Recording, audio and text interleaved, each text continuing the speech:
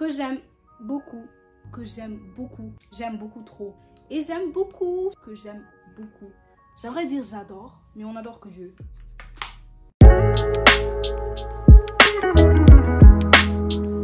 Coucou tout le monde, j'espère que vous allez bien et bienvenue sur ma chaîne. Moi c'est Maggie. Si vous êtes nouveau, n'hésitez pas à vous abonner et à activer la cloche, ça me ferait plaisir. Aujourd'hui, je vous montre la dernière version de ma routine make-up parce que moi, ma routine, elle est tout le temps en train de changer. Les produits changent, les techniques changent et c'est la technique et les produits que j'utilise pour obtenir ce résultat seamless, flawless que je vais vous montrer aujourd'hui. Une chose qui n'a pas changé du tout dans ma routine, c'est le skin prep. C'est un truc que je prends très au sérieux. Quand je me lève le matin, je lave mon visage, je fais ma skincare, mais toujours avant de me maquiller, je refais du skin prep. C'est-à-dire que j'utilise des produits pour protéger et hydrater ma peau avant de poser le maquillage dessus. Le skin prep, en fait, c'est, disons, une couche protectrice entre ta peau et le maquillage. Et en plus de ça, j'ai remarqué que lorsque je fais mon skin prep avant de me maquiller, j'ai toujours un meilleur rendu. Deux produits que j'aime beaucoup utiliser pour faire mon skin prep avant de me maquiller, c'est le Magic Serum de Charlotte Tilbury. Et cette crème, c'est la crème hydratante Magic Cream de Charlotte Tilbury aussi. Honnêtement, je vais pas vous mentir, si on m'avait pas envoyé ça en colis presse, je sais pas si j'aurais pris mon argent pour acheter ces produits-là parce que je suis pas vraiment du genre à dépenser énormément d'argent dans la skincare en général. Mais ce que je peux vous dire, c'est que je comprends pourquoi c'est cher. Parce que ça fait vraiment le taf.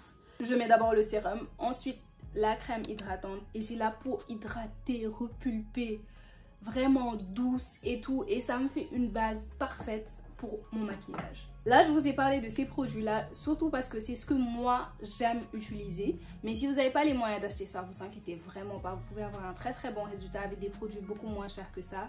D'ailleurs, sur ma chaîne, vous allez trouver d'autres vidéos de make-up où j'ai donné des recommandations beaucoup plus abordables. Après le skin prep, je retouche mes sourcils parce que j'ai un micro shading, mais ça fait plus d'un an, plus de 2 ans même que je l'ai. Ça s'est un peu estompé au fil du temps, du coup je vais repasser dessus. Avant de redessiner les sourcils, je vais juste utiliser une poudre libre et je vais en mettre sur les sourcils juste pour que le crayon passe mieux. Parce que quand tu mets des produits hydratants comme de la crème sur tes sourcils, c'est plus difficile de les dessiner. Donc la poudre, c'est justement pour me donner une base un petit peu plus mat. Ensuite, pour dessiner mes sourcils, j'aime bien utiliser un crayon noir et un crayon marron parce que je trouve que ça se voit mieux au final. D'habitude, les crayons marrons, ils sont pas assez foncés pour les peaux noires. Du coup, le noir, c'est ce qu'il y a de mieux. Donc, ce que je fais, c'est que je dessine juste la fin de mon sourcil comme ça avec le crayon noir. Juste la fin. Et là, c'est un petit peu bizarre, mais vous inquiétez pas, on va nettoyer après avec l'anti-cerne. C'est exactement la même chose que je fais des deux côtés. Ensuite, je prends ce crayon marron que j'ai acheté dans une boutique africaine. Donc, j'utilise juste le crayon pour dessiner l'avant des sourcils. Du coup, ça fait un effet dégradé. Le devant est marron, la fin est un peu noire. Ça fait un effet dégradé que j'aime beaucoup. Et à l'avant, on va prendre un goupillon comme ça pour peigner et mélanger un petit peu. Maintenant, pour nettoyer les sourcils, je vais utiliser mon anti-cerne Born This Way de Too Faced et un pinceau plat comme ça. Je prends un peu d'anti-cerne sur le pinceau comme ça et je nettoie juste. On fait la même chose de ce côté-là. Et voilà à quoi ressemblent les sourcils. Honnêtement, c'est pas les meilleurs sourcils que j'ai fait, mais ça fait le taf. Parfois ça arrive, tu fais des sourcils, ils sont super bien, ils sont magnifiques, t'as pas envie de les enlever mais t'es un peu obligé. Et après le lendemain, tu essaies de refaire la même chose et tu y arrives pas. C'est pas grave, ça arrive à tout le monde. Maintenant que j'ai fini les sourcils, on va passer au teint. En ce moment, pour ma base, j'utilise cette base de Rare Beauty. C'est la Pore Diffusing Primer, c'est une base lissante efface pores. Elle est plutôt bien pour lisser le visage et elle est très hydratante, c'est ce que j'aime. Par contre, je trouve pas qu'elle efface les pores, hein. Je vais pas vous mentir. J'ai des problèmes de pores apparents ici et ici. C'est pas la meilleure base pour effacer les pores, mais elle est très hydratante et c'est ce que j'aime. Ensuite, un autre produit que j'ai découvert récemment et que j'aime beaucoup utiliser, c'est la Blurring Balm Powder de Vanessa Myricks. Ce produit-là, vous voyez qu'il y a une teinte, genre c'est coloré, mais c'est pas vraiment un fond de teint, c'est pas non plus un anti-cerne. C'est plus une base teintée. Ça fait un effet floutant, lissant, que j'aime beaucoup. Le produit s'appelle Blurring Balm Powder, donc poudre baume lissante. À la base, les gens comprenaient pas trop ce que ça voulait dire, poudre baume, mais d'après ce qu'elle a dit, c'est un baume qui, lorsque ça sèche, ça se transforme un petit peu en poudre. Ça se transforme pas en poudre, mais ça donne l'effet d'une poudre. Ça fait un effet lissant, floutant. J'adore ce produit. Je l'ai essayé il y a pas longtemps et je suis vraiment trop fan. Déjà, je trouve que la teinte, elle me va parfaitement. Mais si vous n'arrivez pas à trouver votre teinte, vous pouvez aussi prendre la version sans couleur. Genre, elle est blanche, je pense. Donc, c'est un produit qui a beaucoup de fonctionnalités différentes. On peut utiliser ça de beaucoup de façons différentes. En tout cas, moi, j'aime beaucoup, j'adore l'effet que ça me fait parce que quand je mets ça, mon visage est lisse d'une manière après. Ensuite, d'autres produits pour le teint que j'aime beaucoup, c'est ce Skin Tint en barre de Fenty. C'est le Ease Drop fond de teint en stick, effet flou et lissant. Donc c'est un fond de teint comme ça, mais c'est en stick en fait. Du coup, tu l'utilises juste comme ça, tu le mets sur ta peau comme ça. C'est celui que j'utilise le plus souvent parce que je trouve que c'est un perfect match pour moi. Il va parfaitement avec la couleur de mon teint. J'adore. Sinon, j'ai aussi le Ease Drop version liquide. Ça, c'est un fluide teinté effet flouté. Toujours de Fenty. Alors, ces deux produits-là, c'est ceux qui sont restés le plus souvent dans ma rotation de produits que j'utilise tous les jours.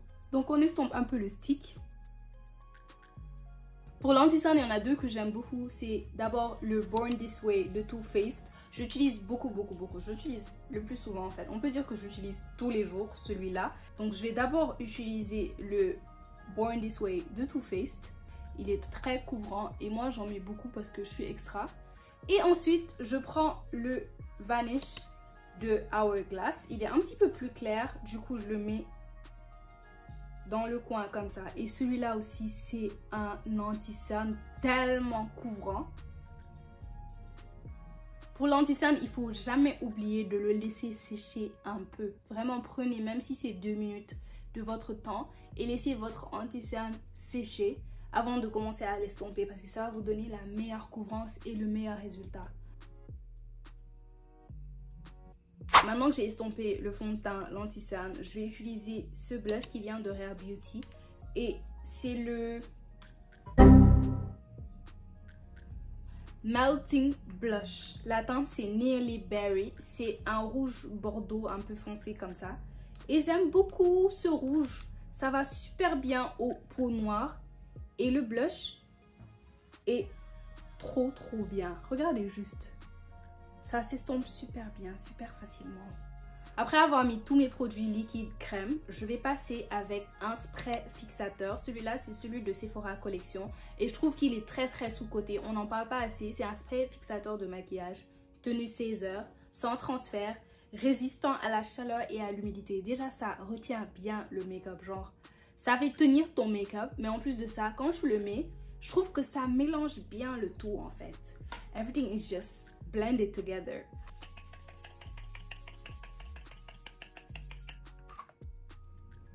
Maintenant qu'on a bien fixé, on va passer au produit poudre. Ma poudre préférée que j'ai découverte, c'est celle de Huda Beauty. Et ce que je fais, c'est que j'en prends juste sur une houppette comme ça. J'essaye de ne pas en prendre trop. Et je la mets d'abord sous mes yeux pour fixer l'anti-cerne. Et en vrai, avec cette poudre, je passe juste sur toutes les parties où j'ai mis de l'anti-cerne. Sur mon nez, sur mon front. Je pense que vous avez pu voir comment la poudre a bien matifié mon teint. Une autre poudre que j'aime bien, c'est celle de One Size, la Setting Powder de One Size. Et ce que je fais, c'est que lorsque je termine avec la poudre Huda, je vais prendre beaucoup de la poudre One Size, genre vraiment beaucoup.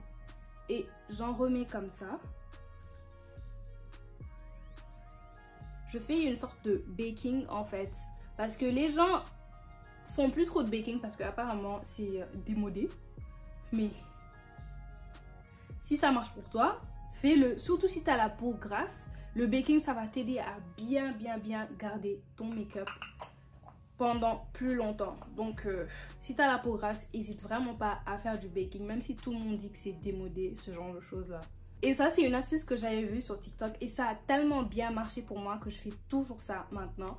J'utilise la poudre compacte de Charlotte Tilbury, c'est la Flawless Finish. Cette poudre là, je l'ai achetée en version mini parce que c'était cher. Du coup, je voulais essayer pour voir si j'allais aimer avant d'acheter la grande version, mais j'ai pas du tout regretté, elle est trop bien. J'en mets vraiment sur le pinceau avant d'utiliser ça pour justement balayer la poudre libre que j'avais mise avant. Et je vous jure que ça, quand je fais ça, j'ai toujours le meilleur résultat. Mon visage est lisse en fait. C'est comme si tu avais un filtre en réalité. Cette technique-là avec les 3 poudres, ça marche très bien pour moi. Et je pense que ça va aussi bien marcher pour celles qui ont la peau grasse. Si vous avez la peau grasse, je vous recommande de tester cette technique-là. Mais si vous avez la peau sèche, ça risque de pas vraiment aussi bien marcher pour vous en fait. Parce que le fait que j'ai mis 3 poudres, c'est vraiment pour bien matifier mon teint. Et lorsque tu as la peau sèche, c'est pas la meilleure chose parce que c'est ce qui fait après que ton make-up a l'air lourd. J'ai une poudre qui est pour moi l'une des meilleures poudres compactes qui existe sur cette terre et c'est la Studio Fix de MAC Cosmetics. C'est une poudre fond de teint mais j'utilise pas vraiment comme fond de teint. Ce que je fais, c'est que je prends un pinceau comme ça, j'en mets un petit peu parce que c'est une poudre très pigmentée en fait. Donc t'as pas besoin d'en mettre énormément. Ce que je fais, c'est que je passe comme ça sur les parties où j'ai pas mis l'anti-cerne. Ça fixe le fond de teint et en plus j'aime beaucoup le résultat que cette poudre là me donne parce que je trouve que ça fait un effet très lissé, flouté aussi. Cette poudre, j'aimerais dire j'adore, mais on adore que Dieu. Vous allez jamais me voir faire une routine make-up sans ce bronzer. Je l'ai tellement saigné. Déjà ça, je pense que c'est mon 3e et vous pouvez voir comment je l'ai saigné. Je le mets tout le temps, je le mets tous les jours. Je me maquille jamais sans ça. Si vous n'avez jamais utilisé de bronzer, essayez juste d'en ajouter à votre routine. Pas forcément celui de Fenty. Il y en a d'autres options qui sont bien, qui sont pas chères. Mais essayez juste en fait et vous verrez la différence que ça va faire. Le bronzer, ça redonne des couleurs. Surtout si tu utilises un anti-cerne qui est très clair, une poudre qui est claire aussi. Le bronzer, ça va te ramener des couleurs, ça va te donner un effet justement bronzé. Vous arrivez déjà à voir un petit peu le résultat du make-up, mais il reste toujours une étape et c'est ma préférée, c'est le blush. J'ai découvert ce blush de Patrick Ta il n'y a pas longtemps, c'est le Double Take et la teinte c'est She's Wanted. Et le blush de Patrick Ta, il est différent des autres blushs parce que lui il recommande de mettre le blush poudre avant de mettre le blush crème. Donc je mets d'abord le blush poudre et j'essaie de mettre ça quand même assez haut. Après on prend un peu de blush crème et on vient rajouter ça dessus. Le blush est trop beau et je trouve que les teintes sont très adaptées pour les peaux noires aussi. Voilà à quoi ressemble le teint maintenant qu'on a terminé. Ce que je vais faire, c'est que je vais juste fixer avec mes 2 sprays fixateurs préférés. D'abord on a le Airbrush Flawless Finish de Charlotte Tilbury. Si tu veux un make-up qui va durer plusieurs heures sans bouger, ça c'est pas le fixateur pour toi. Celui-là, je trouve que c'est fait en fait justement pour bien fondre le make-up ensemble, pour que tout soit bien estompé, tout soit bien uniforme, whatever, mais pas pour faire durer ton make-up pendant des heures. Si tu veux aller en soirée et danser ou à un mariage et danser, n'utilise pas forcément ce fixateur-là tout seul parce que ça fait pas le taf.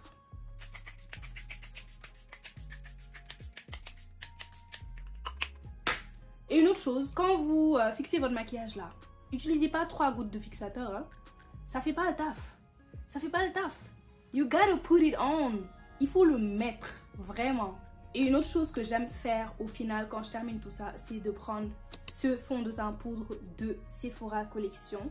Et la teinte est très claire comme vous pouvez le voir, mais j'en mets juste dans le coin comme ça. J'en mets pas partout, juste dans le coin. Parce que je trouve qu'après ça fait un effet très highlighté que j'aime beaucoup. Je sais pas si vous voyez vraiment la différence, mais ça fait un résultat un petit peu plus éclairé en dessous des yeux et j'aime trop. N'hésitez pas à repasser plusieurs fois avec vos pinceaux sans forcément remettre du produit dessus, mais juste pour bien uniformiser le tout. J'ai repassé avec mon pinceau de bronzer et mon pinceau de blush comme vous pouvez voir. Et voilà. Maintenant le dernier spray fixateur c'est celui de One Size et celui-là c'est vraiment un spray qui fait tenir ton make-up toute la journée, toute la soirée.